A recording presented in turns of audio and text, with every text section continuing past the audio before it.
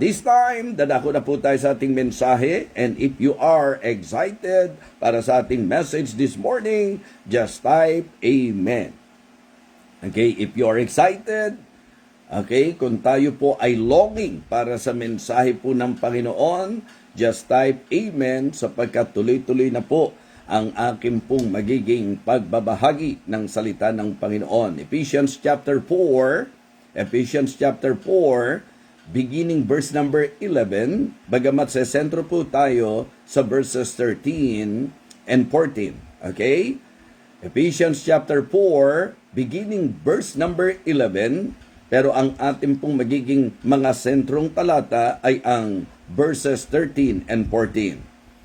Okay? And he gave some apostles, and some prophets, and some evangelists, and some pastors and teachers, for the perfecting of the saints, for the work of the ministry, for the edifying of the body of Christ. Ito po ang ating magiging sentrong mga talata, verses 13 and 14. Till we all come in the unity of the faith, and of the knowledge of the Son of God, unto a perfect man. Unto a perfect man, unto the measure of the stature of the fullness of Christ, that we henceforth be no more children, tossed to and fro, and carried about with every wind of doctrine, by the sleight of men, and cunning craftiness, whereby they lie in wait to deceive. But speaking the truth in love, may grow up unto him in all things, which is the head, even Christ, from whom the whole body fitly joined together and compacted by that which every joint supplieth, according to the effectual working in the measure of every part, maketh increase of the body unto the edifying of itself in love. Shout out po kay Pastor John Palye. Nasa Samar po sila. Kasama po ang ilan sa kanyang ka-team. Ingat kayo dyan, BFF. At naway ma-enjoy nyo ang ating pagsasalo-salo ngayon. Again, ang ating pong key text ngayon pong umaga nito ay ang Ephesians chapter 4, verses 13 and 14. Till we all come in the unity of the faith and of the knowledge of the Son of God unto a perfect man. Yung perfect man po dito, mature man. Unto the measure of the stature of the fullness of Christ. At ang magiging resulta nito, that we henceforth be no more children, tossed to and fro, and carried about with every wind of doctrine, by the sleight of men, and cunning craftiness, whereby they lie in wait to deceive. Let us pray. Our gracious loving God, our Father in heaven, thank you so much for this wonderful day. Thank you for this very beautiful morning and for the opportunity once again to hear the precious words. Lord, I pray that you will empower me again. May you fill with your Holy Spirit, O God. Guide me, give me wisdom, and please, Lord, bless all the viewers. Bless all the listeners. Thank you so much because I know that it is your will for your children to mature in their Christian faith. Ikaw po ang aming pinangahawakan. Ikaw po ang aming pinagtitiwalaan. Salamat po sa mga masugid na taga-subaybay sa aming pong ministeryong ito. Ikaw na po ang umabot sa bawat isa aming Ama. Ito po ang aming panalangin sa pangalan po ng aming Panginoong Jesus. Amen.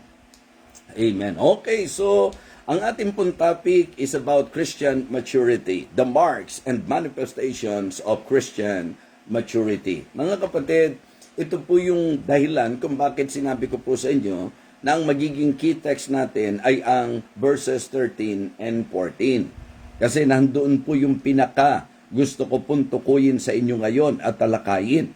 Ang sabi po, maliwanag, till we all come in the unity of the faith, referring to the believers, particular sa church na ito na kanyang sinulatan. Pero makikita nyo po na ang usapan ng paglago at ang usapan ng maturity ay individual experience. It is an individual thing. Ang sabi po, till we all come in the unity of the faith unto a perfect man.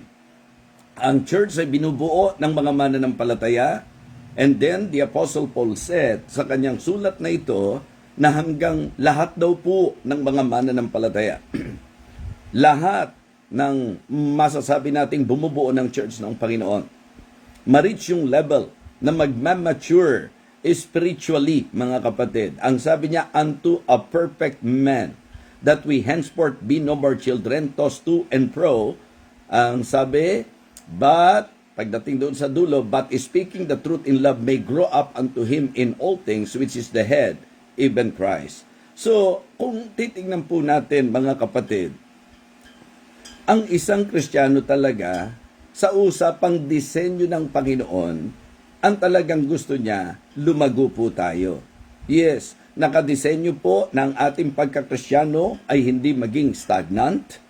Ang ating pong pagiging Kristiyano ay nakadisenyo sa dapat lalago po tayo. That is the reason why, bagong mananampalataya pa lang, sinasabihan na po na dapat magpatuloy at magnais ng salita ng Panginoon sa kanyang buhay. Kung kayo po ay kasi save lang, ang ibig sabihin, ito lang pong panahong ito, tayo nanampalataya sa Panginoon, naligtas, kailangan po na ang ating pong buhay bilang Kristiyano ay lalago. Ang ating pong usapin ngayon ay usapin ng masasabi nating dahilan kung bakit gumaganda o nagkakaproblema ang gawain. Yes, as I evaluate and as I consider yung pong reality sa buhay ministeryo, ang buhay ministeryo po ay gaganda o magkakaproblema depende po sa spiritual level ng mga mananampalataya. Pagka ang mga members po ay growing, ang manifestation nito, ang ministry, magiging growing. Pero kapag ka ang mga miyembro po ay carnal, kapag ka ang miyembro po ay immature, kapag ka ang mga miyembro po is not growing, okay, yun po ang reason kung bakit nagiging problema at nagkakaproblema. Kaya nga dapat mahalagahin po natin ang ating pong pagmamature sa ating pong Christian faith, sa ating pong Christian life. Because again, may I emphasize to all of you that if we will consider sa mga kasaysayan po ng church, ang ikinagaganda at ikinasisira ng gawain ng Panginoon. Pag sinabi ko pong ikinasisira, ikinagugulo, ang nagiging dahilan kung bakit po nagiging problema sapagkat may mga immature believers. Di bali na yung hindi saved. Kasi yung hindi saved, ano po aasahan po natin? Siyempre po, ang usapin ng problema sa church ay usapin ng mga nagsasabing ligtas, pero kung mabuhay parang hindi ligtas. Kung mag-ugali parang hindi ligtas. Ang mga kaisipan pang hindi ligtas. Ang mga pagnanais o appetite parang hindi ligtas. So, problema po yan. So, kaya minsan pa lilinawain ko sa inyo. Ang paglago ng bawat mananampalataya ay mahahayag sa paglago ng gawain. Pero kapag ka po sa church laging problema, ito po ay indication na ang immaturity ay masasabi nating dominante po sa gawain ng Panginoon. I remember the Apostle Paul when he rebuked the believers at Corinth, the same thing na binigyan niya ng pansin. Sabi niya, everything na gagawin nyo nang hindi ayon sa pag-ibig, wala pong kwenta, walang pakinabang. Okay? Walang totoong accomplishment. Kaya nga doon po, in line with that, niliwanag niya kung ano po ang love, di ba? Suffereth long, it is kind, di ba? Not envieth, mga envieth not itself, di ba? So hindi umaaktong mahalay. Ang sabi po, ito pinakamatindi doon, beareth all things, endureth all things, hopeth all things, mga kapatid. Yun po, believeth all things. Yan po ang sinasabi po ng Biblia. But the point that I would like to emphasize to you, when the Apostle Paul said in that same chapter, ang sabi niya, when I was a child, ayan, I speak as a child. I understood as a child. But when I became a man, I put away childish things. Mga Kristiyano, paalala po, ang ating pong paglago ay malaking tulong sa church at ang ating pong hindi paglago ay malaking problema ng church. So, are we growing? Are we maturing in our Christian life? Mga kapatid, kung mahal natin ang church, ang dapat po magsilago po tayo. So, sa ating pong teksto, malinaw po na sa design ng Panginoon sa church, the reason why God gave our church a pastor, a leader, ang sabi po, for the perfecting of the saints, for the work of the ministry, for the edifying of the body of Christ. At ang atin nga pong sinesentruhan ngayon, till we all come in the unity of the faith. Ang sabi po, mga kapatid, unto a perfect man. So, importante yung maturity talaga eh. May Biblia na po tayo. At ang sabi, all Scripture is given by inspiration of God and is profitable for doctrine, for reproof, for correction, for instruction in righteousness, that the man of God may be perfect, truly furnished unto all good works. So, ngayon po, ito ang medyo atin pong bigyan ng atensyon. Are we growing? Are we really growing? Okay, tayo po ba talaga ay nagmamature bilang mga Kristiyano? So, this morning, what I would like to share with you, ito po yung marks and manifestations of Christian maturity. Okay? Ang Christian maturity po manifested, number 1, sa ating pong desire. In our desire. Yung bang gutom at kasabikan natin lagi sa mga bagay na ukol sa Panginoon. Sa Psalm chapter 42 and verse number 1, ang sabi po, as the heart panteth after the water brooks, so panteth my soul after thee, O God. Ang isang mature, makikita nyo po na ang appetite at ang desire po niyan, mga bagay na ukol sa Panginoon. Okay, kumbaga directly, ang kauhawan niyan, ang desire niyan, Panginoon mismo. Yung bang concept nung gumawa ng kantang, Lord, I want to know you more. Deep within my soul, I want to know you. The same thing that you can see in the life of the Apostle Paul, that as he continue on in his Christian life, ang desire ng puso niya is to know more, and more ang ating Panginoon. So, how is our desire? Ang ating po bang pagkakristyano ay laging nandoon sa pagnanais sa mga bagay ng Panginoon? Yung mga bagay na ukol sa Diyos. Kasi yun po ang paglalarawan ng Biblia. Sa Colossians chapter 3 verses 1 and 2, ang sabi po, if ye then be risen with Christ, seek those things which are above, where Christ sitteth on the right hand of God. Set your affection on things above, not on things on the earth. Kaya minsan magtatanong-tanong ka din. Sasabihin mo rin sa sarili mo, nag-grow ba talaga ako? Nagmamature ba talaga ako? Bakit yung appetite ko sa Word of God parang hindi ganun kalalim? Bakit hindi ako ganun ka-eager sa mga bagay na ukol sa Panginoon? Samantalang sa Bible, ang sabi, pagka totoong Kristiyano, dapat iyan ang eagerness, dapat iyan ang desire, iyan ang masasabi nating appetite niya, mga bagay na ukol sa Panginoon. So mga kapatid, Biblia po ang ating panukatan. So don't pretend that you are a mature believer if your desire is still the things of this world. Diba? Kung yung mga bagay ng mundong ito, ang desire pa rin po ng ating puso. Sa Biblia nga, ang sabi ng Panginoon mismo, mapapalad yung mga nauuhaw at nagugutom sa katwiran sapagkat sila'y bubusugin. So kaya, mga kapatid, hindi ang ibang tao ang susukat sa iyo ngayon. Biblia ang maghahantad sa atin, Biblia ang magpapakita ng ating pong totoong espiritual na katayuan. Remember, sa Bible po, ang Biblia itinulad sa mirror. Makikita nyo kung sino talaga tayo, kung ano talaga tayo. Kasi possible na may mga tao, ang tingin sa atin, mature na mature tayo, ang tingin sa atin, dedicated tayo, ang tingin sa atin, faithful tayo, active tayo, pero tingin po yon. Ang magmamatter pa rin, yung kung ano yung totoong tayo. At ang unang puntos po natin na manifestation ng tinatawag po nating Christian maturity is our desire. Yes, your desire will manifest and reveal yung spiritual standing. Kaya kapag ka ikaw yung ang sabi mo matagal ka ng Kristiyano pero hindi mo na-enjoy ang mga bagay ng Panginoon, that is very questionable. Okay, mahirap pagtagpuin 'yon. Medyo, contradictory po yon. Kaya nga, mga kapatid, ang tunay na mature believer, pagka sinabi nating mature, ito po ay level ng ating Christian life. Ito po yung level. ng ating pong spiritual life. Kaya nga ang sabi ko po, sa aking definition ng spirituality, yun kasi ang maturity.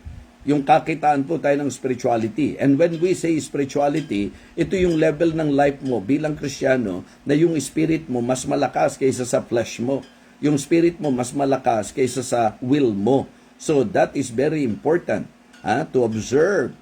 Okay, ikaw, di ba? Ba't ang dali mo makipag-away? Ba't ang dali mong mag-give way doon sa mga bagay na hindi dapat? At bakit? Alam niyo po yun, mga kapatid, hindi natin magawa ang mga gusto ng Espiritu. How can we claim that we are mature? How can we claim that we are a mature believer kung hindi natin magawa yung mga gusto ng Espiritu?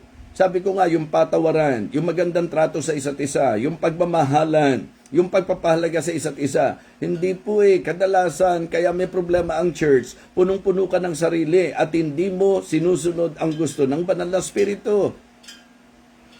So problema yan sa spiritual life. So ang spirituality po ay ang level ng buhay mo bilang Kristiyano na hindi na sarili mong nasusunod. So liliwanagin po natin yan. Pero ang una mong suriin, ang usapang desire. As believer in Christ, how is our desire? 'Di ba? At ano yung mga dinidesire mo talaga?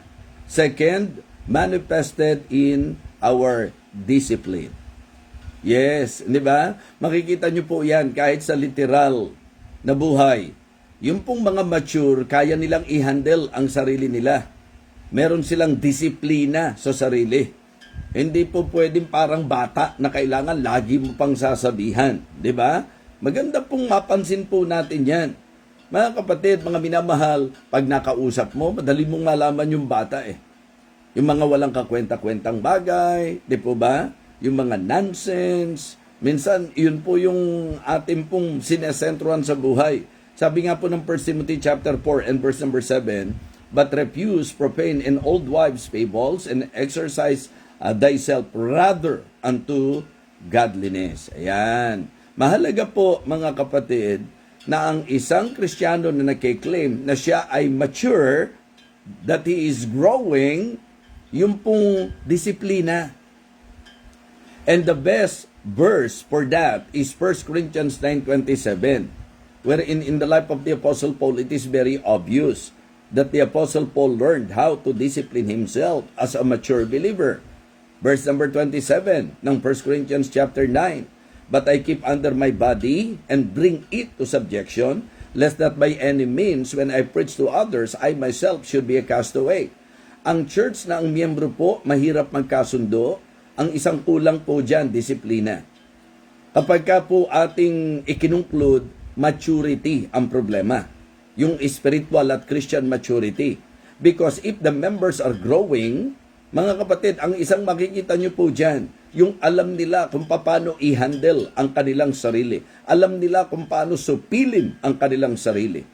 Yung inggit, kayang-kaya po ng mature na ma-overcome yan. Kasi being human, it is but natural for us that sometimes nagkakaroon tayo ng pakiramdam na parang gusto nating mainggit. Pero dahil Kristiyano ka at nagmamature ka, susupilin mo yan. 'Di ba? May mga pagkakataong nagagalit po tayo. Pero ang isang mature believer, may disiplina. Alam niya kung paano i-handle ang sarili niya sa panahong siya'y nagagalit. Mga kapatid, discipline is very important and I am telling you that is one of the marks and manifestations of Christian maturity. Not just in his desire, mamamanifest ito, but also sa kanyang disiplina. Kaya po, pagka ikaw yung miyembrong kailangan lagi kang aayusin, ang ibig sabihin lang yan, para kang bata na kailangan laging ikaw ang bibigyan ng atensyon. At pag hindi ka na bigyan ng atensyon, iyon ang problema mo. Mga kapatid, panahon na. Gising na po tayo na ang Kristiyano po dapat lumalago. At ang Kristiyanong lumalago, marunong, disiplinahin ang kanyang sarili. Papasok dito yung self-control, mga kapatid. Kaya nga sa Biblia po, napakaganda na yung ating pong mga talatang ikinukonsider like what the Apostle Paul is claiming in his life, and that is, I believe, yun po yung reason why he became very useful and effective in the Christian life. Ang tagal-tagal mo ng Kristiyano, usapan ng patawaran, hindi mo pa rin magawa. Ang tagal-tagal na po nating Kristiyano, hanggang ngayon yung pakikitungo lang sa mga kapatiran mo, hindi mo pa rin magawa. Ang ibig ko pong sabihin, mga kapatid, sometimes we are thinking that we are matured, that we are spiritual, but the problem is, in the manifestation, dinideny po yan. Kasi mga kapatid, sinasabi ko po sa inyo, pagka ang isang tao ay nagmamature, Kristiyano po, ang pinag-uusapan natin, alam nyo po, less of self po yan. More of Christ. Diba? Ang lagi pong sentro niyan para kay Kristo, hindi para sa sarili. Subukan nyo po. Subukan nyo pong pag-isipan ito. Meron po bang mga natisod dahil kay Kristo? Meron po bang nagtampo dahil sa Panginoon? Meron po bang masasabi po nating nagnegatibo dahil sa Diyos? Opo, meron yung mga rebelde po yon. Pero typically, lagi po, kapag ka ang tao nagtampo dahil sa sarili po yan. Di ba? Dahil nainggit, dahil hindi siya napaboran, o kaya hindi nangyari yung gusto niya, tantrums ba? Di ba ganyan yung mga bata? Pagka may gusto na hindi nangyari, magpapapadyak po yan, magtatantrums po yan. Kaya nga sabi ko po, ang iingatang sakit ng mga immature, yung tinatawag na temporitis, topakaitis, di ba, tisuditis. Yan po ang mga sakit na dapat ingatan po natin. Ano po yung tisuditis? Yung appendicitis din po yan. Ano po yung temporitis? Lagi na lang may tampo.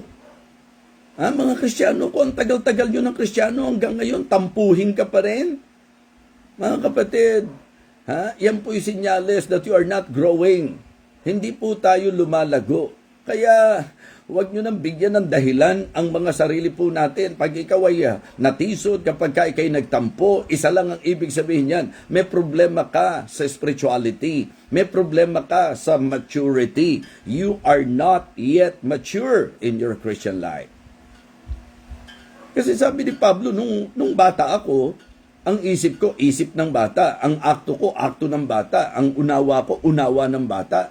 Pero nung nag-mature daw siya, inalis na niya yan. Kaya mga kapatid, kung ikaw ay isa sa mananampalataya na talagang laging kaya may problema sa church dahil temporitis ang sakit mo, o tisuditis, mga kapatid, o tantrumitis, yan po, matitinding sakit yan eh. Pag hindi nangyari yung gusto, pag hindi naibigay yung gusto, diba? Magtatampo po yan at talagang ipaparamdam niya na nagtatampo siya. Mahiya po tayo sa Diyos.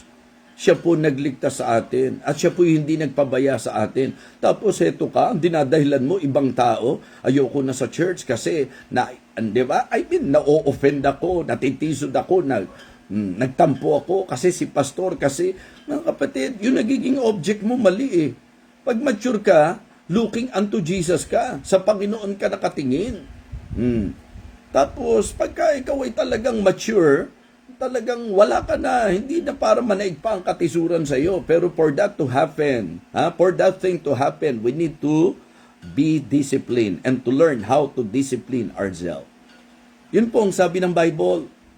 Ang sabi po ng Bible, mga kapatid, ni Apostol Pablo, and I believe malaking factor ito sa kanyang maturity. But I keep under my body and bring it to subjection, lest that by any means when I preach to others, I myself should be a castaway. Kaya kung tayo po ay totoong mananampalataya, mga kapatid, hindi ko po sinasabi na walang makagagawa ng hindi maganda sa iyo. Hindi ko po sinasabi na may mga pagkakataon ng tao parang unfair sa iyo. Pero ang sinasabi ko po, kung mature po tayo, hindi po yan ang dapat makaapekto po sa atin. So kaya most likely, ang laging ugat ng problema, immaturity. Okay? So, ang maturity, ang Christian maturity, nagmamanifest po yan sa desire, nagmamanifest po yan sa discipline, at syempre pa, nagmamanifest din po yan sa development. Diba? Kaya nga, maturity, spirituality, ibig sabihin, tingnan nyo po, even physically, meron pong mga pagkakataon na nagulat kayo. Nung ako po'y napunta sa La Union, yung isa pong anak ng pastor doon, na nung pinuntahan namin, talagang batang-bata yan. I mean, kung babalik tanawan ko po, pagka nag-speak po ako doon, talagang batang-bata, as in, pag pinag-usapan ng build, pag pinag-usapan ng height, pag pinag-usapan po yung waist, mga kapatid, batang-bata. Nito pong kinasal ko po yung anak ni Pastor Birdie. Nung nakita ko po yung anak na yan ni Pastor Sam Infante, si Dottie, alam niyo po, nagulat pa nga ako, hindi ko nakilala kasi na-develop talaga ng gusto. Nag-improve, mga kapatid. Usapang height, usapang build, usapang manner, na iba talaga. Now, sa Christian life, ganun din po. Nung bago-bago tayong mananampalataya, masarap po na, ito yung matampuhin dati ito yung dating nagiging dahilan kung bakit may mga problema. Ngayon, siya pa yung bahagi ng pag-aayos ng problema, development. Yun po yung sinasabing, wherefore, living the principles of the doctrine of Christ, let us go on unto perfection. Ibig sabihin po, mag-improve tayo, mag-step up po tayo. So kaya ang manifestation po ng Christian maturity is desire, discipline, development, and discernment. Yes, discernment. Kapag ka po ang isang Kristiyano nagmamature, ang isa sa tumatala sa kanya yung discernment. Yes, mga kapatid. Yan ang eksaktong sinabi ni Paul. Kaya kung sino man yung totoong writer, hindi kasi ma-definite yung writer ng Hebrews Bagamat majority pa rin, si Paul lang iniisip po nila. But anyways, ang importante po, yung sinabi po. Alam niyo po mga kapatid, yung pong problema sa mga churches ngayon, kung ano-ano minsan yung iniisip, di ba? Like for example, kanino ba siya natisod? Sino ba naging problema niya sa church? Yung idea po nung kanino natisod, sino ang problema niya sa church, usapin po yan ng mga bata na hindi kayang i-handle ang sarili. Kasi yung pong may maturity, alam niya. Kapag kami mga nakakatisod, alam niyang hindi yun ang dapat sentro. Kapag kami mga taong hindi ayos, alam niyang hindi yun ang dapat sentro. Okay? At dapat po, bilang Kristiyano, medyo may idea na rin tayo kung ano yung makaka-apekto sa atin, kung ano yung makakabuti sa atin, kung ano yung makakasama sa atin, kung ano yung makatutulong sa atin, kung ano yung palago sa atin, at kung ano yung makapaglalayo sa atin. Discernment. Maging sa aral at turo. Diba? Yun po ang sabi ng Hebrews chapter 5, verse number 14. Doon sa problema na yung iba raw dapat nagtuturo na pero hindi nag-improve. May problem sa development. May problem po sa discipline. May problem po sa desire. At may problem po sa discernment. Kaya ang sabi niya, di ba? Ang linaw-linaw po dapat sabi niya, dapat sana tagapagturo na kayo. For when for the time ye ought to be teachers, ye have need that one teach you again, which be the first principles of the oracles of God, and are become such as have need of milk and not of strong meat. Tapos niliwanag po, but strong meat belongeth to whom? But strong meat belongeth to them that are of full age. Hindi ibig sabihin po niyan sa mga senior citizen. Ngayon, siyempre, kung senior citizen tayo, mas maganda po na umakto tayong senior citizen. Mahirap naman po na senior citizen na tayo, parang baby pa rin po ang dating natin. Okay? So mga kapatid, ang pinag-uusapan ditong full age ay maturity. Diba? But strong meat belongeth to them that are of full age, ang sabi, who by reason of use have their senses exercised to discern both good and evil. So discernment po, napakahalaga.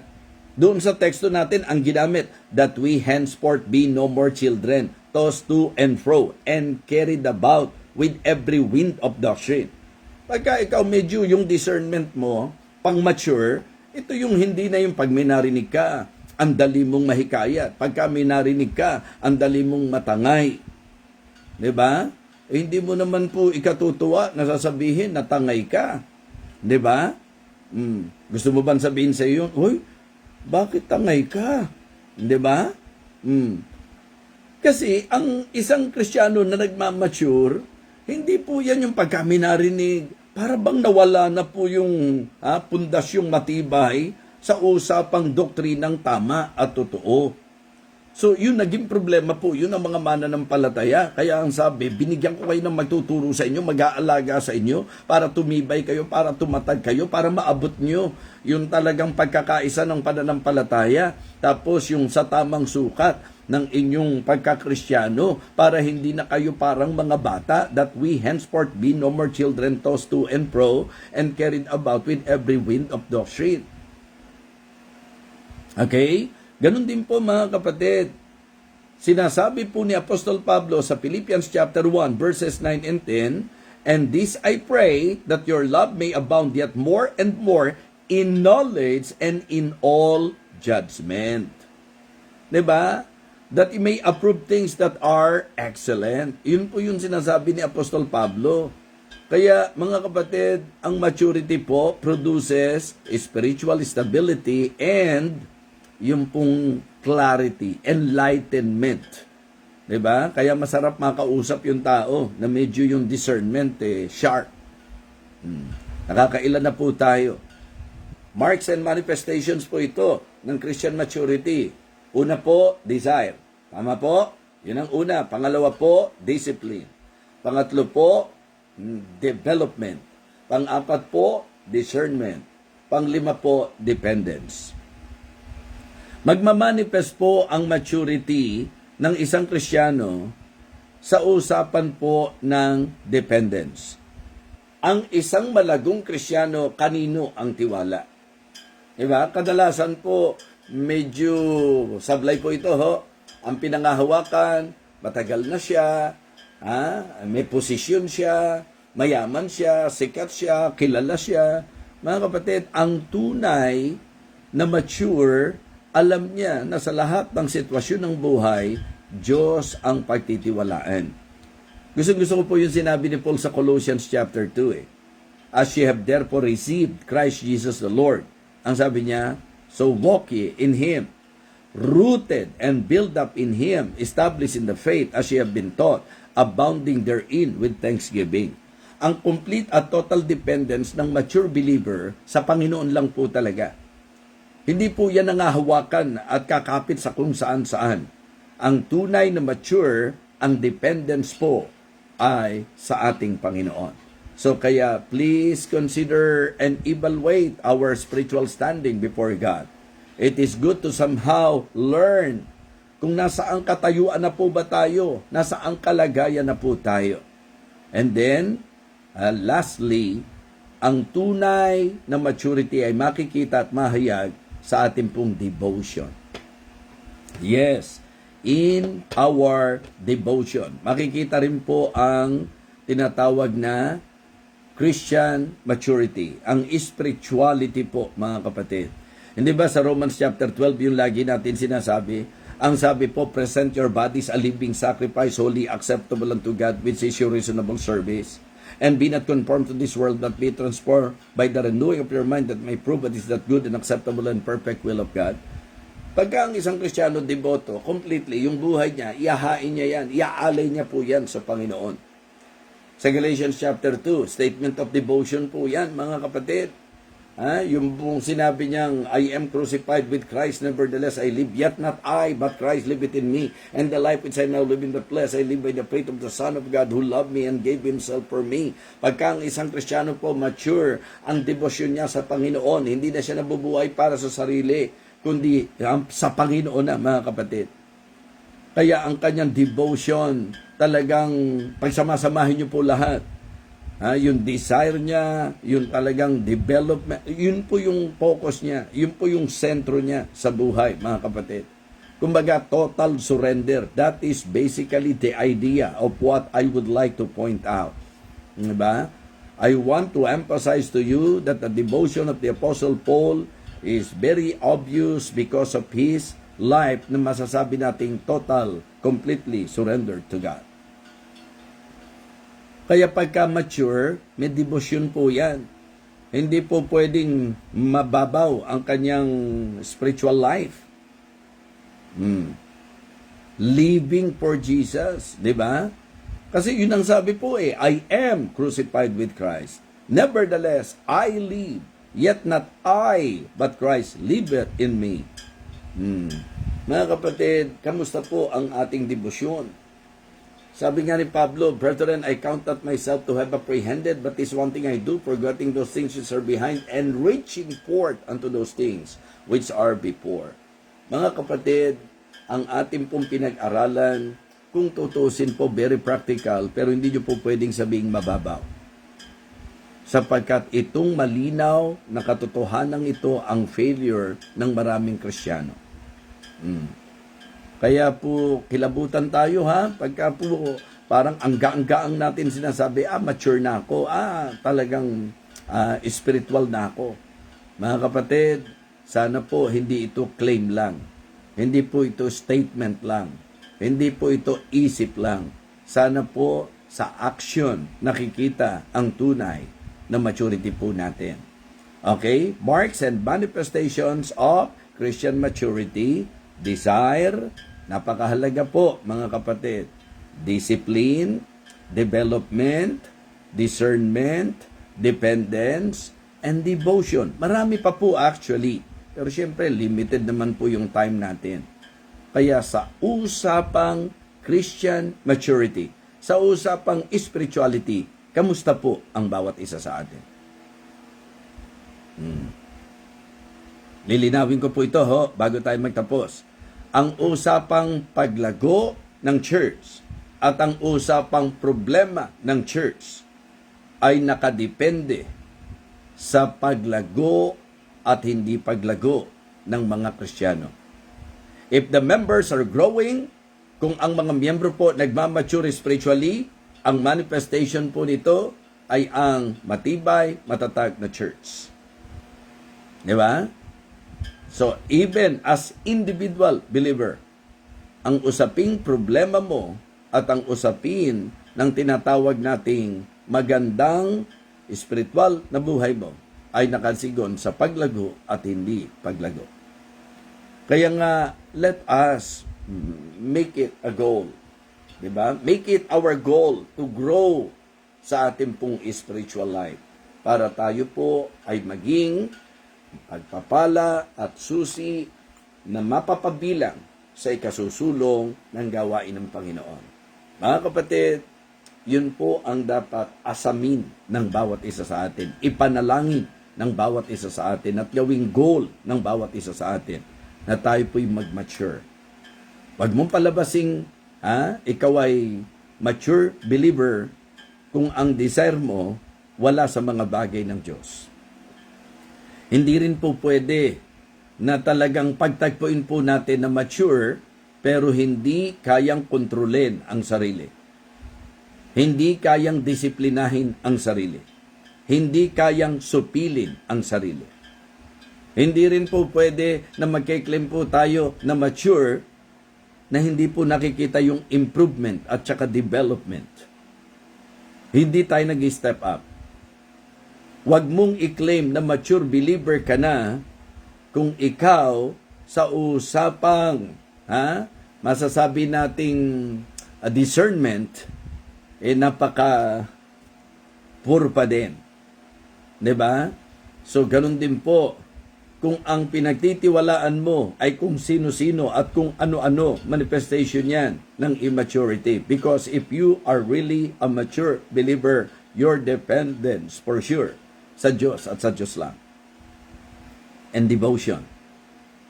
Kung ikaw yung miyembro na hindi mo magawang isuko ang buhay mo at ialay ng lubusan ang buhay mo sa Diyos, paumanhin po. Hindi po convincing ang claim. If you are claiming that you are a mature believer at lagi kang nagtatampo, tapos on and off ka sa iyong spiritual life, tapos depende sa mood mo ang iyong buhay paglilingkod sa Panginoon, please understand. Medyo mahirap patunayan po at mahirap makumbinsi po ang Diyos at ang kanyang salita na tayo po ay mature. So kung mahal natin ang Diyos at kung mahal natin ang katawan ng Panginoon, if we really love the church, let us grow. Let us go on unto perfection. So mga kapatid, mga minamahal, walang kahit sinong humusga sa iyo. at walang kahit sino na papayagan mong humusga sa iyo. Pero pwede po na magsuri tayo at atin pong tapatin ang ating sarili. Am I really growing? Can I really claim na talagang mature na ako sa aking spiritual life? Well, isang magandang pagkakataon po ito para sa self-evaluation. So, muli po, nagpapasalamat ako sa inyong laging pagsubaybay dito po sa ating ministeryo. At wala po akong ibang panalangin, kundi gamitin ng Panginoon ang bawat mensahe na inyo pong napapakinggan dito po sa Believer's Breakfast with BFDB. I hope na ang Diyos ay makakilos sa ating mga puso at ang message na ito ay makatulong sa ikagaganda ng takbo ng iyong buhay bilang Kristiyano at maging ng church na kinabibilangan po natin. Lahat para sa kapurihan ng Diyos. Ulitin ko po, manifestations, marks and manifestations of Christian maturity. Number 1, magmamanifest po yan sa ating desire. Mga kapatid, magmamanifest po yan sa ating pong discipline. Magmamanifest po yan sa ating pong development. Magmamanifest po yan sa ating pong discernment. Magmamanifest po yan sa ating dependence. At magmamanifest po yan sa ating pong devotion. After hearing this message, pwede po ba nating i-claim? At pwede po bang sabihin natin na, ay ako, mature na ako. Ako'y maayos na. Spiritual ko.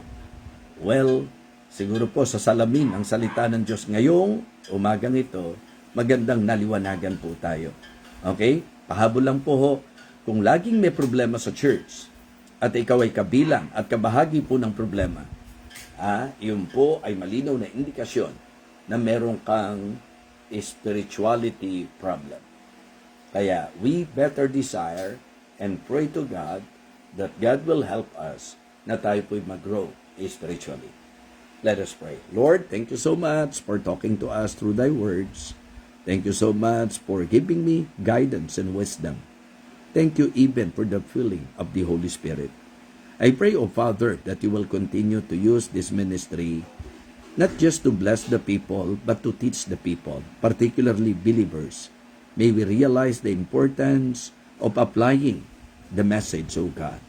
And please, Lord, in this particular topic, nawa bawat isa sa amin ay naging totoo. Ang bawat isa sa amin ay nagsuri, Panginoon, at nagsalamin sa salita ng katotohanan.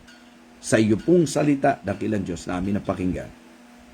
At kung nakita po namin na may problema sa bahagi ng aming spiritual life, nawa ito po ang maging pagkakataon na turning point upang maiayos po namin ang dapat maiayos. Napakaliwanag po ng iyong salita, Panginoon. Napakaliwanag na turo na ang church ay gaganda sigon sa spirituality ng mga mananampalataya. At ang church ay laging magkakaproblema dahil na rin sa spiritual problem at immaturity ng mga nagsasabing mananampalataya. Nawa ito po'y maging eye-opener po sa amin, naging enlightenment, Panginoon, at naging encouragement at the same time. Nagawin po namin kung ano po ang kalooban mo at kung ano po ang tama. Again, may you bless your people, Heavenly Father. Bless our day. At sa mga nasa ibang bansa, nawa pahingahin mo po sila ng maayos, bigyan ng maayos na pagtulog at magandang bukas para sa mga bagay na kanila pong haharapin. Thank you so much. We praise you, Lord. We thank you, Lord. Ingatan mo rin po kami sa biyahe. In Jesus' most precious name, Amen. Amen. So, purihin po ang Panginoon. Na-bless po ba kayo? Okay? So, kaya tingnan nyo, no? Sinasabi ko po, wag na tayo mag-isip na kapag ka po may nagpipreach, pinatatamaan tayo. Wag nyo na pong problemahin nyo kung pinatatamaan tayo o hindi. Basta ang isang katotohanan alam ko, pag ako'y Kristiyano at nakinig ng preaching, parang hindi yata pwedeng hindi ako tatamaan. Sapagkat ang mismong nangangaral, kung magpapakatotoo, tinatamaan din po sa preaching. Kaya lang, sa aming mga pastoran, lagi kong paalala, yung tamaan po sila sa preaching, okay po yon. Pero yung patamaan mo sila sa preaching, ibang usapan po yon. Let the Holy Spirit work because I believe that God's word will not return unto Him void. Ang dapat maging commitment talaga naming mga pastor is to preach nothing but the word and to please no one but the Lord. Ito pong muli ang inyong lingkod, si Evangelist Fernando de Vega, na ang tibok ng puso, lagit-lagi ipangaral ang salita ng Diyos at parangalan ang ating Panginoon Diyos.